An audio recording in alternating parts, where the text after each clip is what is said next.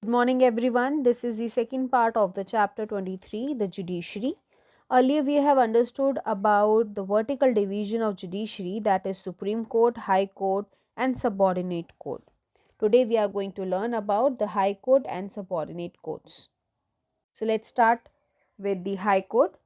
Each state has a High Court. Each has its court, which is the highest court of that particular state. But there are some examples which says that according to the size of the particular state, it can be like two state has one high court. For examples, we can say Haryana and Punjab both are sharing one high court, and the chief justice of this court, the high court, are appointed by the president in consultation with the governor of the state and the chief justice of the Supreme Court. uh, the Supreme Court of India, the High Court of the state also consists of a Chief Justice and other judges. The retirement age of the High Court judge is 62 years. And let's see the jurisdiction of the High Courts.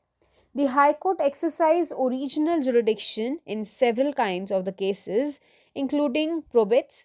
Probates means will related जो issues होते हैं वो sort out करना, matrimonial cases and contempt of the courts. It can also give verdict on election petitions. Election petitions यानी कि भाई जो elections हुए हैं वो fair थे कि नहीं. So according such disputes can be sought out in the high courts. High court arises also solve the disputes that is related to the violation of the human rights. It exercise the uh, supervisory jurisdiction over all the subordinate courts and hear cases on appeal from the latter. Means अगर subordinate court का कोई भी ऐसा case है जो handle नहीं हो पा रहा है, that can be heard in to the high courts. And we know if high court judgment is not satisfactory, then the person can apply it to the Supreme Courts. So I hope the high court is clear in your mind. Let's move towards the subordinate courts. So for subordinate courts, you need to understand what is districts. A state is divided into small administrative divisions which are called district, and these districts are the subordinate to the high courts. अब जो ये subordinate courts हैं, they are further divided for the smoother work, that is civil courts, criminal courts and revenue courts.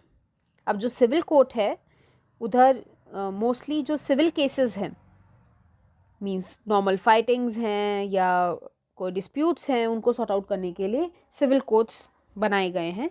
और जो highest civil court in the district is that of the district जज. And district जज जो है, he has the power to try the civil cases और to hear the appeal. और जो less important cases हैं, that can be decided by the sub जज और द मुंसिफ. अब हम बात करेंगे the highest district court to try criminal cases is that of the sessions जज. मीन्स सिविल कोर्ट का जो हाईएस्ट पावर है वो किसके पास थी? डिस्ट्रिक्ट जज के पास थी. क्रिमिनल केसेस की जो हाईएस्ट पावर है डिसीजन लेने की वो किसके पास है? सेक्शंस जज के पास है.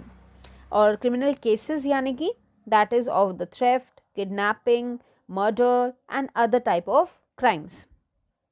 Coming to the revenue court, here cases involving the payments of the revenue. The highest civil court is a state and a district are the board of revenue and the court of the collector respectively. So revenue courts में जो highest power है decision लेने की वो किसके पास है? या तो board of revenue के पास है या फिर collector के पास है. Understood? So subordinate court divided into three parts: civil court, criminal courts and revenue court. Civil court में highest power district judge, criminal court highest power with section judge and revenue court highest power with collector and board of revenue. I hope this is clear. Now let's see the distincts between the civil and the criminal cases.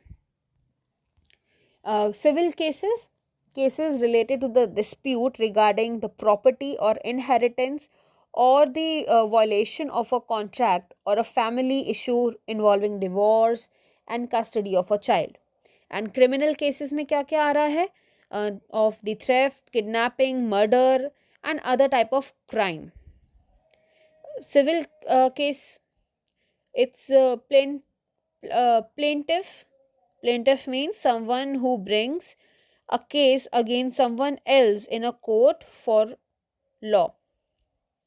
May ask a judge for compensation for damage suffered because of someone else's fault.